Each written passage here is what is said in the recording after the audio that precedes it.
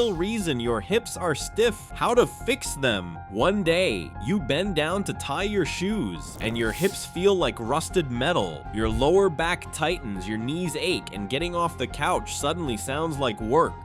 Most people blame aging, but here's the terrifying truth. Your hips are slowly shutting down because your body has forgotten how to move. And once hip mobility disappears, your entire body starts compensating in ways that quietly destroy you year after year. Most people try to fix stiff hips by stretching randomly for 30 seconds and hoping something changes. It doesn't. Because hip stiffness is usually caused by muscle imbalance, nervous system restriction, weak glutes, tight hip flexors, and lost joint control all happening together. Today, we're breaking down the real scientific reason your hips feel locked up and the exact movements that actually restore mobility permanently. Number 1, your hips are stiff because you sit more than your body was ever designed. This is the real reason most people lose hip mobility, not age, not genetics. Sitting hours and hours of sitting.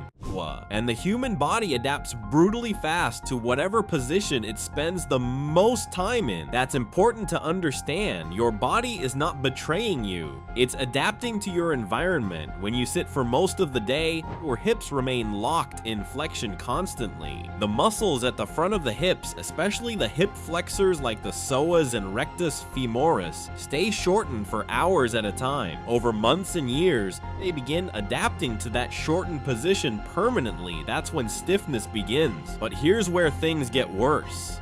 As the hip flexors tighten, the glutes, the muscles designed to extend and stabilize your hips, become weaker and less active.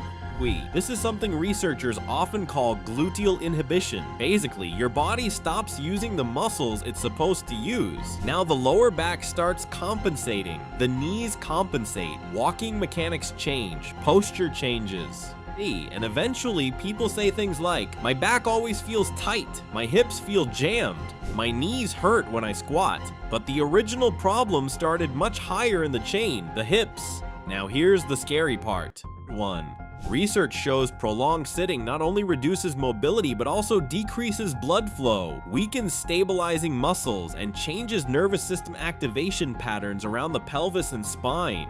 That means stiffness is not just muscular, it's neurological too. Your brain literally begins treating those ranges of motion as unsafe or unfamiliar. That's why random stretching often fails, because the nervous system doesn't trust the movement yet.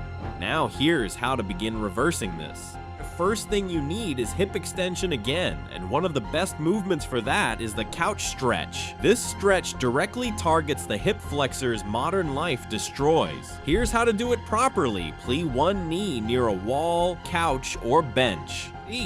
Your shin should run vertically upward against the surface. Bring the opposite leg forward into a lunge position. Now slowly raise your torso upright. Immediately, you'll feel an intense stretch through the front of the hip and thigh of the kneeling leg. That's the exact tissue prolonged sitting shortens. Now here's the key most people miss. Do not aggressively arch your lower back trying to go deeper. Instead, squeeze the glute of the kneeling leg. That stabilizes the pelvis properly and intensifies the stretch safely. Start with 20 to 30 seconds each side. And breathe slowly, because again, mobility is neurological. The nervous system relaxes through controlled breathing, not forcing. Now, here's what most people notice after doing this consistently for a few weeks. Walking feels smoother, lower back pressure decreases, standing upright feels easier, and the hips stop feeling locked because the pelvis is finally regaining proper movement again. Number 2, your hips are weak, not just tight. This is one of the biggest misconceptions in mobility. People think stiffness always means something needs stretching, not always. Sometimes the body becomes tight because it feels unstable. That's a huge difference. Your nervous system constantly asks one question: can I control this position safely? If the answer is no, the body creates protective tension.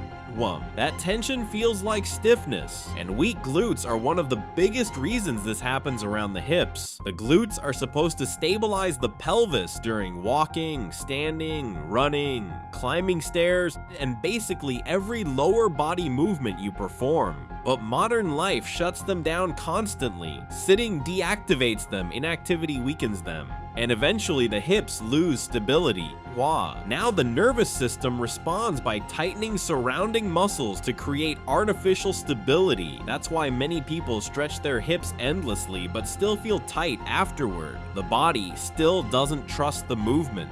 Now, here's where modern research becomes really interesting. Studies consistently show strengthening exercises improve mobility surprisingly well because stronger muscles create greater joint control. The nervous system feels safer. And when the nervous system feels safe, range of motion improves. That's why mobility training should almost always include strength, not just passive stretching. Now, one of the best exercises for restoring hip stability is the glute bridge. Simple, but incredibly effective. Here's how to do it properly. Lie on your back, knees bent, feet flat on the floor around hip width apart. Now drive through your heels and lift your hips upward. At the top, squeeze your glutes hard, not your lower back. For glutes, pause briefly, then lower slowly. That slow lowering matters because eccentric control improves stability enormously. Now here's the mistake most people make. They overextend the lower back trying to lift higher. Don't. The movement should come from the hips, not spinal compression. Start with controlled reps. And as the glutes strengthen, many people notice something surprising. Their hips begin feeling looser automatically because stability creates mobility. That's one of the most important concepts in movement science. Now here's another huge issue connected to weak hips. Single leg instability. Walking is technically controlled falling from one leg to the other. If the hips can't stabilize properly on one leg, movement quality collapses fast. That's why single leg exercises become incredibly valuable. And one of the simplest is the single leg balance hold. Stand on one foot. Keep the standing knee slightly soft. Focus your eyes on one point and let the hips stabilize your body naturally. At first, most people wobble immediately. That's normal. Your nervous system is revealing weakness, not failure. Start with 20 to 30 seconds each side, and over time, balance, coordination, and hip stability improve dramatically because your body is relearning control. Number 3. Your ankles and spine are secretly making your hips worse. Here's something most people never realize. The hips almost never work alone. Your body moves as one connected chain. So when movement disappears somewhere else, the hips compensate. This is especially true with the ankles and thoracic spine. Let's start with the ankles. Modern shoes and constant sitting reduce ankle mobility massively over time. And when the ankles lose movement, the knees and hips absorb extra stress during walking, squatting, and bending. That's why many people feel hip tightness during squats when the real issue actually starts lower down. Now let's talk about the thoracic spine. The upper and middle back, this area is designed to rotate, but modern posture destroys that rotation. Phones, computers, driving, everything pulls the spine forward into stiffness. And when the thoracic spine stops moving properly, the lower back and hips compensate again. The body always steals movement from somewhere else. That's how compensation works. Now here's why this matters so much. You cannot fully fix hip mobility while ignoring surrounding joints. Mobility is regional interdependence, meaning nearby joints directly influence each other. That's why intelligent mobility programs train the entire movement chain, not isolated muscles only. And one of the best movements for restoring this connection is the deep squat hold, because it simultaneously challenges ankles, knees, hips, pelvis, spine, core, stability, balance all together. Stand with your feet slightly wider than shoulder width. Lower into the deepest squat you can comfortably reach. Keep the heels grounded if possible. If balance feels difficult, hold onto a sturdy object. Now stay there. Breathe slowly. Relax into the position gradually. This movement teaches your body something modern life forgot completely: how to exist comfortably near the ground again. And honestly, That's one of the biggest reasons hips become so stiff in the first place. The body stops accessing natural human positions for years at a time. Number 4, your nervous system thinks movement is dangerous. This is the part almost nobody talks about. Your hips are not controlled only by muscles and joints. They're controlled by your nervous system first. That means your brain constantly decides how much movement your body is allowed to access safely. And when your nervous system stops trusting certain positions, it creates tightness. This is why some people stretch every single day and still feel stiff, because the body is protecting itself, not malfunctioning. Think about it like this. If your brain believes a movement is unstable or risky, it limits your range of motion intentionally to prevent injury. That protective tension feels exactly like stiffness, and this becomes extremely common after long periods of inactivity, previous injuries, chronic stress pain episodes, poor posture, weakness, fear of movement. The body becomes guarded, protective, restricted. Now here's where science gets fascinating. Research in pain science and mobility shows that slow, controlled movement combined with breathing helps calm the nervous system and restore trust in those positions again. That's why mobility improves dramatically when movement feels safe and controlled instead of forced aggressively. Now, one of the best exercises for this is the 90-90 hip rotation.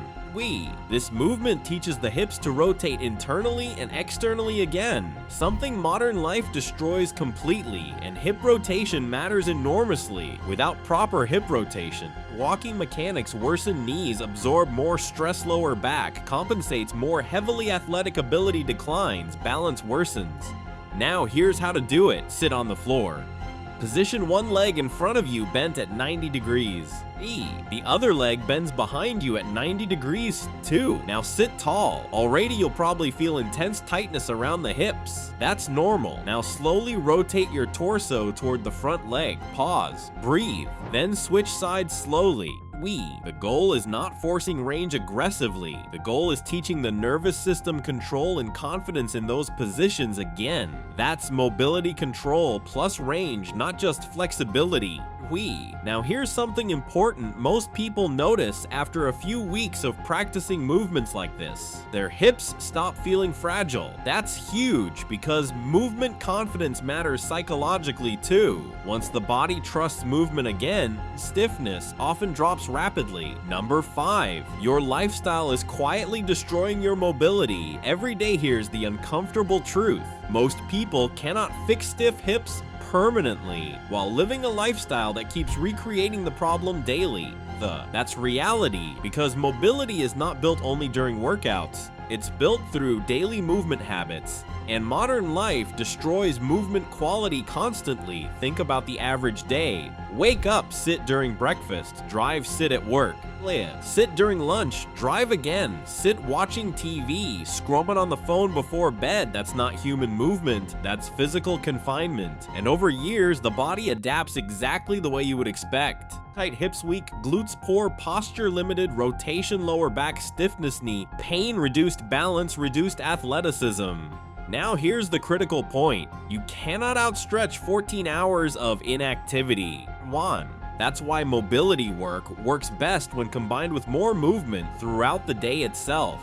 Now, this doesn't mean you need intense workouts constantly. Honestly, one of the most powerful things for hip mobility is simply walking more frequently. Walking is natural hip motion. It lubricates the joints, improves circulation, activates the glutes, reduces stiffness, improves spinal rotation, and supports nervous system health simultaneously. That's why many people notice their hips feel dramatically worse after inactive days. The body stiffens quickly without movement input. Now here's another major issue modern life creates: constant stress. And stress affects mobility far more than most people realize. When stress hormones remain elevated chronically, muscles stay more guarded and tense, breathing becomes shallow, Recovery worsens, inflammation increases, and the nervous system becomes hypersensitive. That often shows up physically as stiffness, especially around the hips, neck, shoulders, and lower back. Now let's talk about sleep too, because sleep deprivation affects tissue recovery, pain sensitivity, inflammation, and nervous system regulation directly. Research consistently shows poor sleep increases pain perception significantly, meaning exhausted people literally experience movement differently. That's why mobility often improves when sleep improves. The body finally feels safe enough to relax. Now, here's one of the most underrated mobility habits on Earth: changing positions frequently, not staying perfectly postured constantly. Humans were built for movement variability, sitting cross-legged sometimes, squatting occasionally, getting on the floor, rotating, walking, standing, reaching. Changing positions teaches the body adaptability, and adaptable bodies stay mobile longer.